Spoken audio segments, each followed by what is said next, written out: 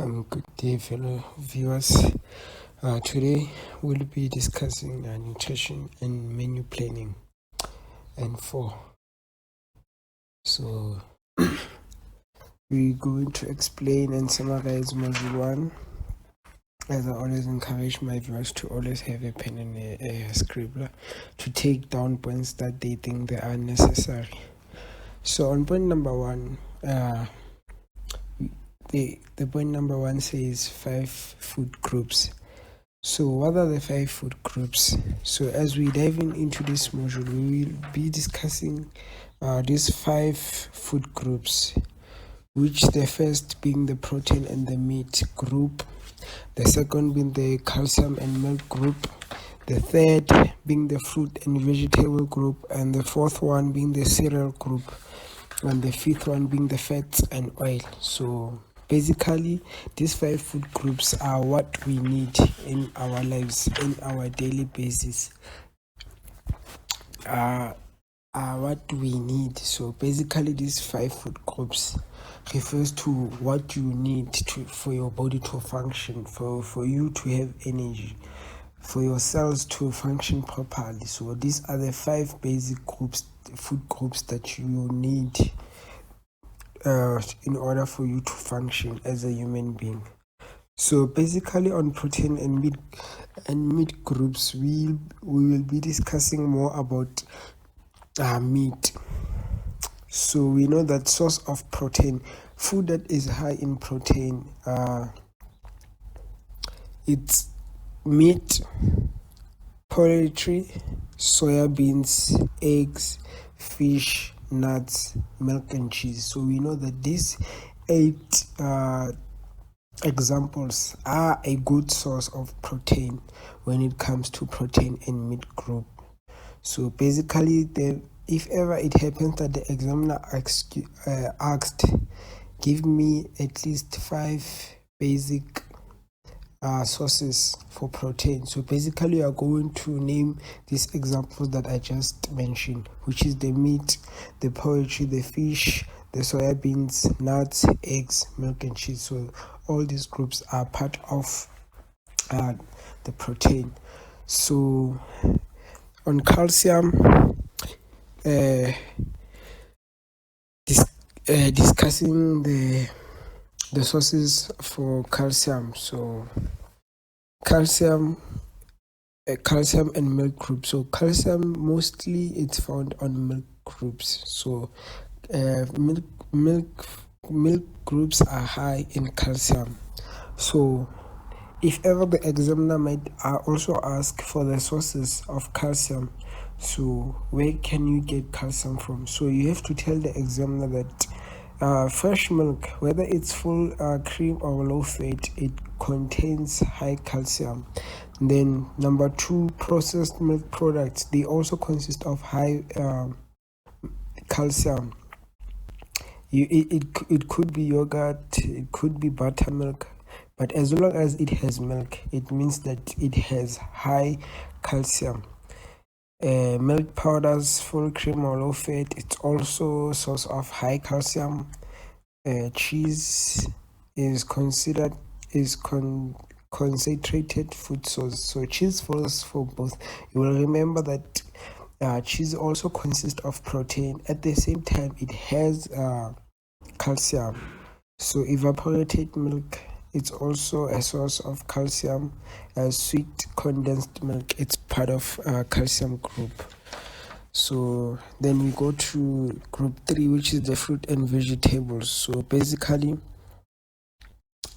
if the examiner might ask for sources for fruit and vegetable, basically we know that when it comes to fruit and vegetables, mostly we eat these types of fruit and vegetable to retain vitamin C and vitamin A. So we are going to discuss about the two relationship between vitamin C and vitamin A. So basically we know that when we eat fruit and veg, mostly we looking for vitamin C and vitamin A. So what are the sources of vitamin C and A? So when it comes to vitamin C, we know that citrus fruits are high in vitamin C, guavas are high in vitamin C, tomatoes, green vegetables are high in vitamin C. Green vegetables could be broccoli, Bruce sprouts, cabbage, spinach, then guavas, pineapples, mangoes, berries, including strawberries. So grapefruit, limes, tangerines are part of the vitamin C source food groups. So anything you can give at least 4 from vitamin C. I've given the example and also provide the types of food that you can find in vitamin C. So when we're looking at vitamin A, so vitamin C as a source of fruit and vegetable rich in vitamin C. So we're discussing fruit and vegetables that are high in vitamin A and C. So are high in vitamin C. So I meant to say are high in vitamin C. Basically, the fruits that we just discovered, those were fruits and vegetables that are high in vitamin C. So vitamin A, the fruits that are high in vitamin A. So they have to be dark yellow. So what are dark yellow fruits like mango, pawpaw? So pawpaws, they also consist of what? Vitamin A. They are rich in vitamin A. Peaches are rich in vitamin A because they are dark yellow fruits. Mangoes, they're also dark yellow fruits. That means they are rich in vitamin A. So grapefruit, papaya, granadilla, watermelon, mangoes, these are also sources of vitamin A because they are rich in vitamin A. The granadilla, the watermelon, so the dark green vegetable, broccoli, spinach, cabbage, they also fall under for vitamin A. So they are also rich in vitamin A. And dark yellow vegetables such as carrots, butternut, so pumpkin, so all these are rich in vitamin A. So diving into the cereal group, focusing on the sources of the cereal group. So when it comes to the cereal group, the examiner mostly likes to ask about the cereal group because cereal group is divided into two. We got food that are refined and unrefined. So basically the examiner likes to ask about unrefined products or unrefined source food. So but you need to know the refined one because you cannot truly differentiate between the two if you don't know one.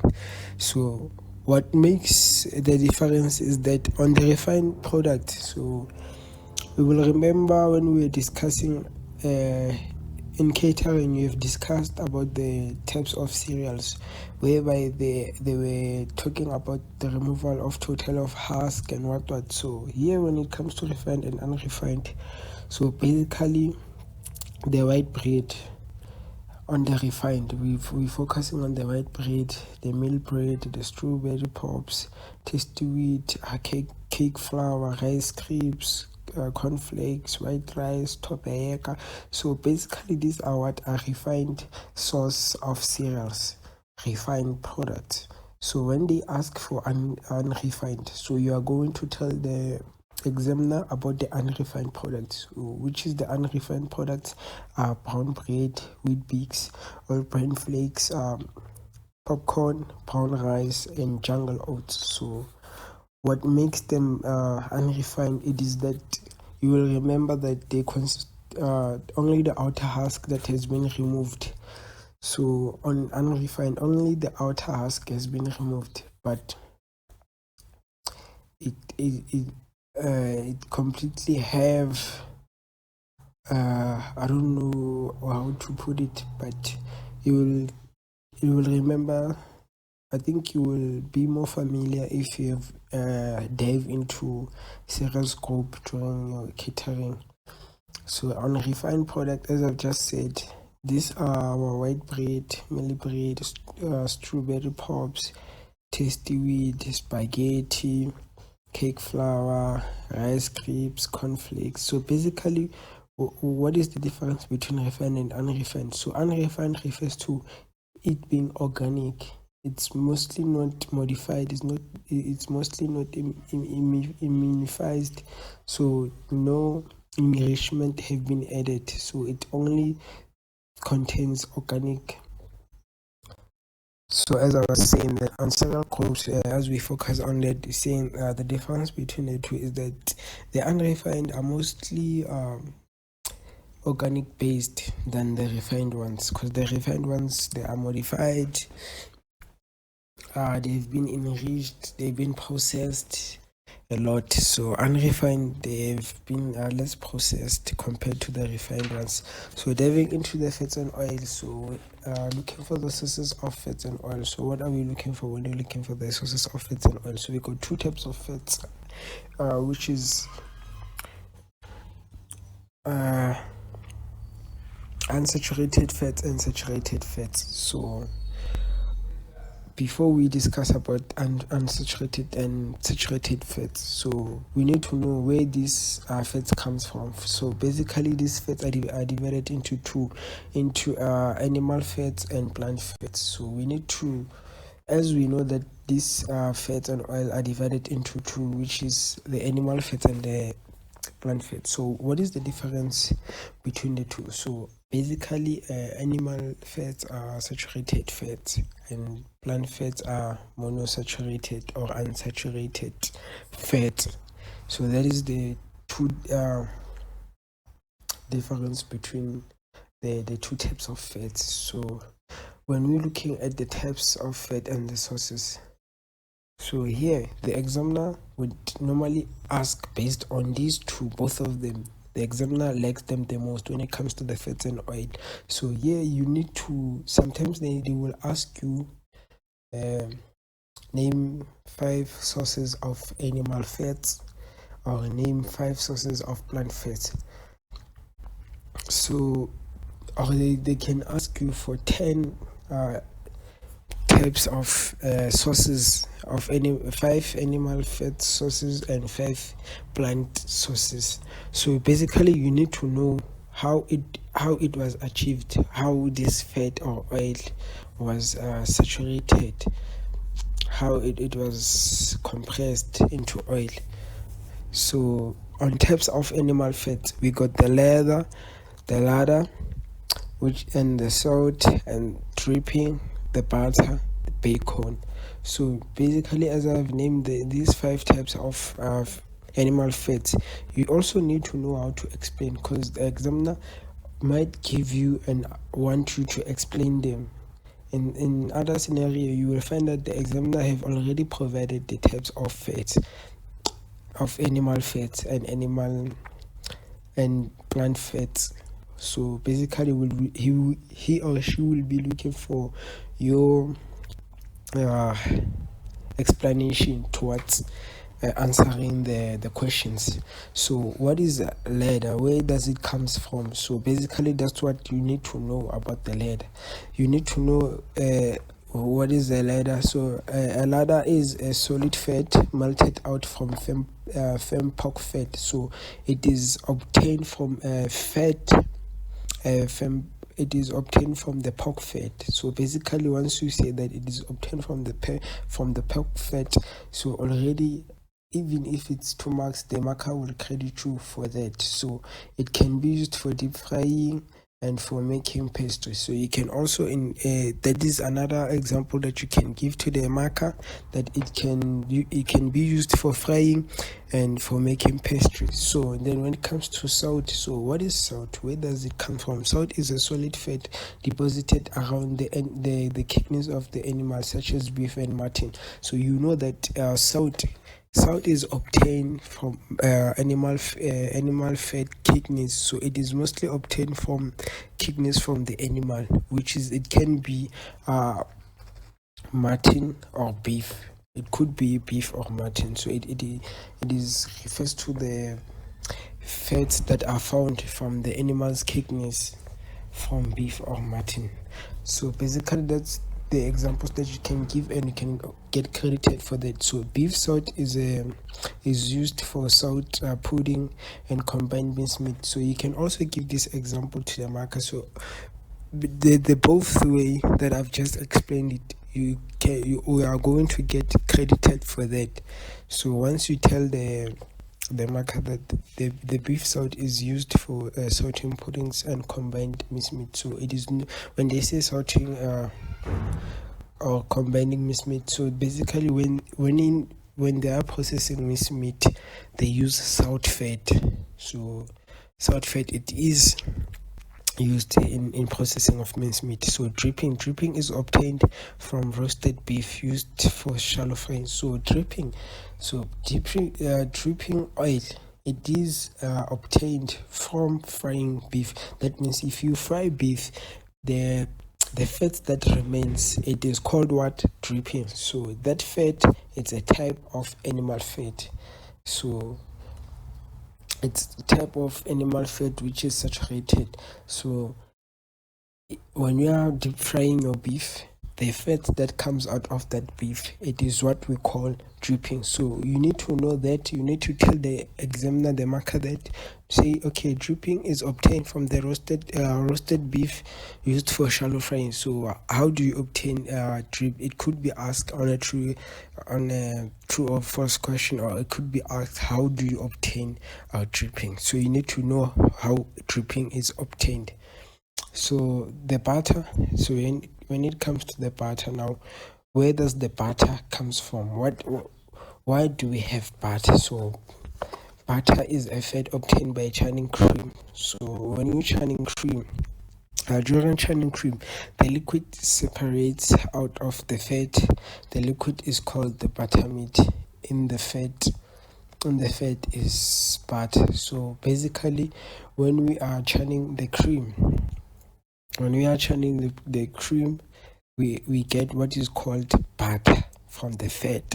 So during the churning, the liquid separates. So the liquid that separates is what makes it buttermilk. So butter is obtained from buttermilk. So buttermilk, it is obtained during churning of cream. So that's how you need to know, okay, churning, when we are churning the fat, there's a liquid that comes out. So that liquid, it's what we call buttermilk. So from this liquid, it is then used for processing of butter. So that's basically the explanation that the marker or the examiner might be looking for towards your answer. So when it comes to a bacon, what is a bacon? A bacon is listed as fat, not proteins, because it contains more fat than meat. So what is bacon? Bacon is a type of animal fat. Why is it listed as fat? But you know that bacon comes from pork. So why is it listed with fat? So it is listed with fat because it contains higher fat than protein. So that is why it falls under category of animal fats. So basically, by you saying that, the examiner will be confidently awarding you what you deserve, because he or she can see that you know what you're talking about. So no hesitation about crediting you. So, and it makes things easier for the marker. Even when you see things the way they are, it becomes it impresses the marker. It gives the marker the thing of being lenient towards your question paper. So when it comes to the types of plant fats, which is unsaturated fats. So unsaturated fats, why are they unsaturated fats? Because they are therefore liquid at room temperature. Plant oils such as margarine may be hydrogenated to make them more solid at room temperature. So these ones are normally liquid at room temperatures. So okay, we come to the sources of types of plant fats. We got the sunflower, salad oil, olive oil, margarine, spreads, olive fruits. So basically, as I've said, these are the types of plant fats, which there are 7. So basically, the examiner could also ask about these 7. So you need to know the examples, the types of sources, and explanation. So you knowing the explanation, you knowing how to explain them, it makes it more interesting when it comes to, because you never know what the examiner is going to ask or what might come out. So basically, when we are focusing on the sunflower oil, the sunflower oil is mostly a readily available oil and the cheapest. So it is it is obtained. So it is normally obtained during a high smoking point. So that's sunflower. So you tell the market that, oh, sunflower, this one is the cheapest one. You can get credit for that. This is the mostly available oil and the cheapest. So it is highly obtained during a smoking point. So it is often used for frying. You know these things, you are using them. So basically, you telling the marker what's it, then you get credit for that. Then the salad oil, any edible vegetable that can be used in a salad dressing. So a salad oil refers to any edible vegetable oil. So salad oil refers to any edible oil. Any edible oil. So you need to tell the marker what is a salad oil. So salad oil is any edible vegetable oil that can be used for salad dressing. So you tell the marker that any vegetable oil that can be used for salad dressing is a salad oil. So you knowing that, you get credit. No hesitation about you being credited. So olive oil. So what is olive oil? What makes olive oil? Where does it comes from? So obviously olives. Olive oil is extracted from olives and it has characteristics of flavor and color. So chefs prefer olive oil when making salad dressing and mayonnaise. So basically, you are giving an example of chefs prefer. It's also a mark. You get credit for that. So even the explaining the processing of the extraction of the olive oil, it's your 2 marks. It's your mark. You get credit for that. No hesitation about the marker awarding you what you deserve. What is olive oil? Olive oil is extracted from olives and it has characteristics of flavor and color. So it got a good flavor and color. So this is mostly recommended. This is mostly chosen oil. So when it comes to chefs, they normally like to use olive oil due to its flavor and color. So margarine. What is margarine? Margarine is made of hydrogenated plant fat. So basically, margarine is obtained from plant fats. So it is processed of plant fats. So it's mostly obtained from what? From hydrogenated plant fat. So basically, margarine is made of hydrogenated plant fats. So what are spreads? Spreads are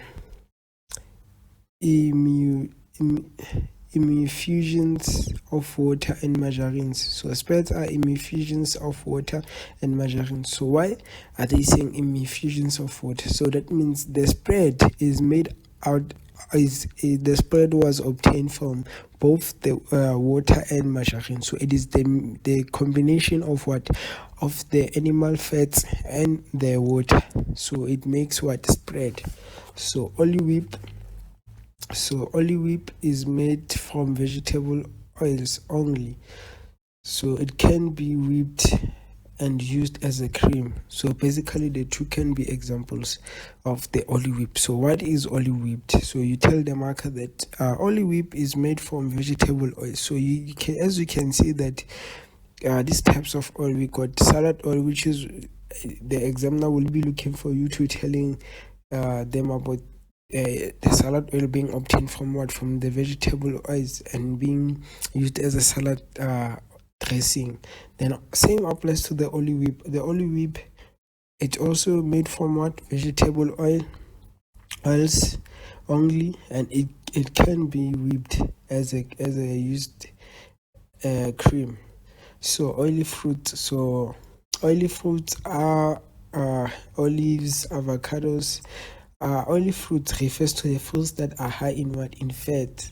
so are high in oils as well as nuts. So basically, when it comes to oily food, you need to tell the market that oily food refers to the foods that are rich in oil, foods that are high in oil. So oily food is obtained from foods that are high or rich in oil.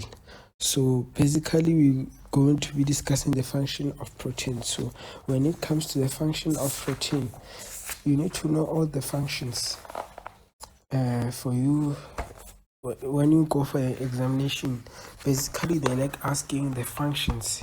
So you need to know all the functions of the 5 food groups. We just discussed the source of the 5 food groups. Now we're discussing the functions of them one by one. So we're going to be starting with the functions of protein and meat. So what are the functions of protein and meat? So protein, its function number 1 to your body, it promotes general growth and muscle development. So basically the function that you get from protein, it is that it promotes your muscle growth, your muscle development, and it helps you with your general growth. So basically, if ever you don't eat meat, you won't grow. So the reason you grow is due to this protein. So it is essential for your general growth and muscle development. So number 2, it is that it builds and repairs, or it maintains the body. So it builds the body, it maintains the body, it repairs the body. So basically anything from what I just said, it's a point. So you can say it builds, it repairs, it maintains. So building, repairing, maintains the body. It's a point. So it prevents certain deficiency diseases. So it helps to prevent deficiency diseases. So what are defensive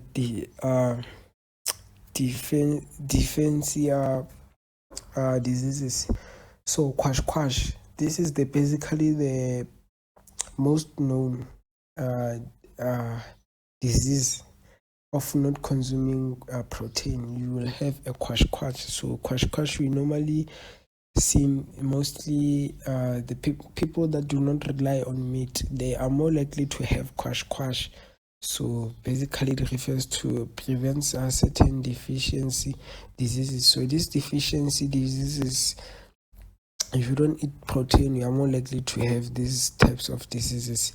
So responsible for hemoglobin synthesis in red blood cells. So it is responsible for your hemoglobin synthesis in red blood cells. So for your blood cells to continue pumping blood, or to continue creation of your blood, which is red, so you need protein. So it is responsible for your hemoglobin synthesis in red blood cells. So this is the function of the protein. So it is responsible for hemoglobin synthesis in red blood cells. So you by now you know that functions of protein. You remember that it's responsible for hemoglobin synthesis in red blood cells. That means it ensures that your blood stays red. So you can't have a purple blood. So your blood, by all means, it has to be red. It has to be red. So it keeps your blood cells red. So when it comes to the functions of calcium and milk groups, so what are we looking for when it comes to these functions? So as I've said, that functions, we need to discover all the functions. So basically, when it comes to the functions of calcium functions of calcium food, so basically we're looking for functions of calcium in food groups. So what are the functions of these calcium? So what are we going to obtain from eating calcium food groups? So basically, when we eat more food with that contains high calcium, we are more likely to have strong bones and teeth. So you, from eating a lot of calcium, you're likely to have more strong bones and teeth. So that's function number one. It builds strong bones and teeth. Number two, that it helps to clot the blood after injury. That means it helps the wound to recover fast. If ever you had a wound, it helps your skin to recover fast. So we got different types of skin. So you might find out that some people, like, their wounds would normally take time to heal, but when you take more calcium, it is more likely to help you. So as we were saying that when it comes to calcium, so basically when we're discussing the functions of calcium, it is that they help us to recover or to refine from losing more a lot of blood after the injury. So our skin cells to recover much quicker. And the other thing, it is that they are essential for the correct functioning of muscles and nerves. So basically you can tell the marker or the examiner that if you eat calcium is essential for functioning of your muscles and nerves. So basically by you saying that, it is a mark. So when it comes to functions of fruits and vegetables, you will remember that fruits and vegetables are divided into two. So basically the first one being vitamin C. So vitamin C, what are we looking at when we're explaining vitamin C? So vitamin C, it is that it helps to hold tissue cells together, and so it helps to hold tissue cells together. So that's point number one. You tell the marker that, vitamin C, it helps to hold tissue cells together. Number two, it can help to prevent colds. So it can help you from getting colds, diseases, or cold flus. So vitamin A, it is general healthy for your skin. So if ever you eat a lot of vitamin A, you are more generally to have a healthy skin. If you consume a lot of vitamin A, you are more generally to have a healthy skin. That's point number one. Point number two is that it is also important for your good eyesight. So you will remember back in the days they used to recommend eating carrots. Why? Because they would say, if you don't see, you must eat carrots for you to see. So basically we know that vitamin A refers to those type of fruits which are a dark yellow color, and the example being the carrots. So a lot of carrots, you are more likely to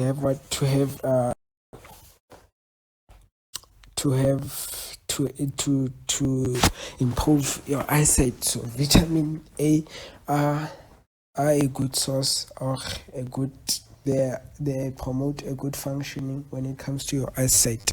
So now we dive into the cereals group. So what are we focusing on when we talk about the functions of cereals group? So basically on the cereals group, it is that the first one, it is that it provides the body with most of its energy. So it gives the body with most of its energy. So the body gets the most of its energy from what? From cereals group. So number two, it is that it top food and stimulates peristalsis. So what does this statement mean? It provides bulk top food and stimulates peristalsis. So basically it means that all the topped food, so peristalsis refers to the processing of food moving into your intestines smoothly. So that means if you eat more cereals, food is more likely to move into your intestines smoothly without you being bloated or constipated. So basically this is the functioning that you need to tell the marker that, you can say that, it helps you to stimulate topped food for it to move smoothly. That's the point. You can just say it. You can just say as it is, without, if you think you won't remember peristalsis, you can just say it helps to stimulate topped food for food to move smoothly. So basically, the examiner or the marker will credit you for that. So point number 3 is that it prevents diseases such as diabetes, constipation, and cancer. Remember that we explained about constipation. So now it helps to prevent constipation, diabetes, and cancer. So if you take more of cereal groups, you are more likely not to have cancer, diabetes, and constipation. So on the fats and oils, so what are we looking at when we are discussing about the fats and oils? It is that the first one, they are an excellent energy source. That's the first point that you tell the marker or the examiner that, the fats, they are a good, excellent energy source. Number 2, they protect vital organs of the body. So when you eat fats, your kidneys are protected due to fats and oil. So they protect the vital organs of the body, e.g. the kidneys, for you not to struggle to pee, for you not struggle to, for your intestines not to struggle to function. So basically you need fat and oil to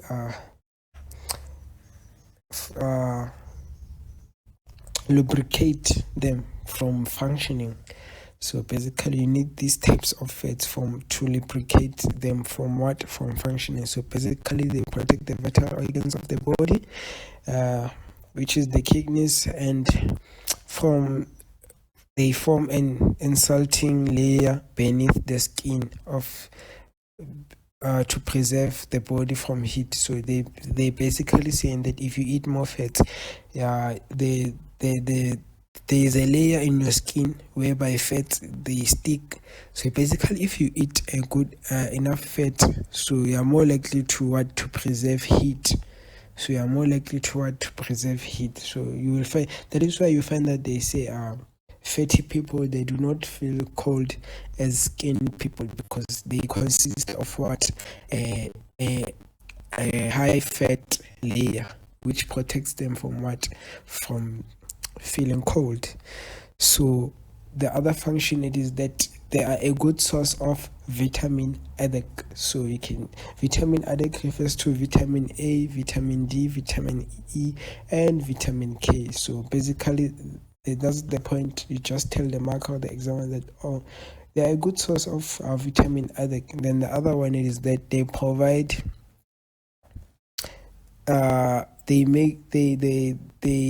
they provide the food with flavor, making them more palatable. So they provide the food with flavor and texture, making them more palatable. So basically, you tell the marker that if you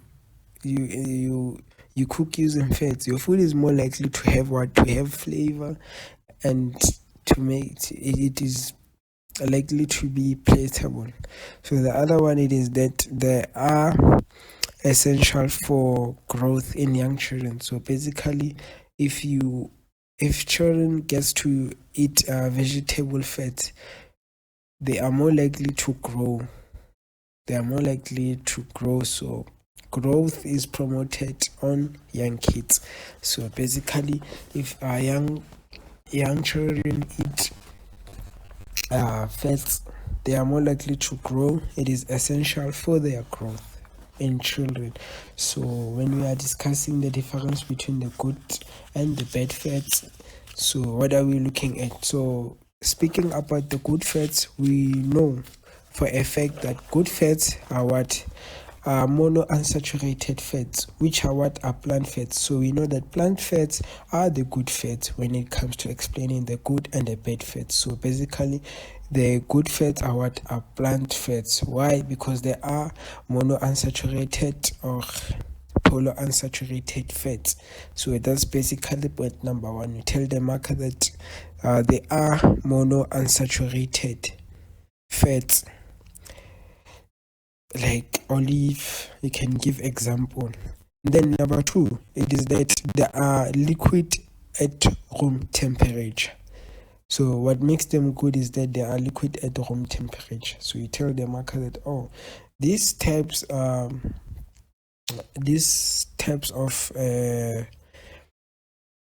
good fats, they are liquid at room temperature. That is a mark, and they provide us with beneficial nutrients such as vitamin ADEC, omega-6, omega-3 fatty acids. So basically you telling the marker that, oh, these good fats, they provide us with beneficial nutrients. So we get this type of nutrients from eating fats and oils, which is vitamin ADEC, vitamin. You tell the marker that they are also beneficial with vitamin A and vitamin ADEC and the omega-3 and omega-6 fatty acids. So when it comes to the bad fat, it is that they are what? They are saturated fats. That means they come from what? They come from animal fats. So that this is what makes them bad. They were proven to raise high blood cholesterol levels. So they are proven to cause high cholesterol levels. So if you have high cholesterol levels, it means that you are more likely to have what? To develop heart diseases. So you are more likely to have diabetes, you are more likely to have cancer. So basically these types of fats, they are bad because they promote heart diseases, they promote diabetes. So this is what makes them who they are. So this is what makes them who they are. They promote cancer, diabetes, and heart diseases. So please ensure that you subscribe, you like, and you set on the notification bell for us, for you to get more content, for you to get heads up when we upload. So please ensure and you comment, you review how was the video, so that we know that next time how do we, where should we explain more, where should we explain more, what do you think that you didn't receive from this video. So please ensure that you tell us where we should explain more on the video. Subscribe, like, and share, and comment.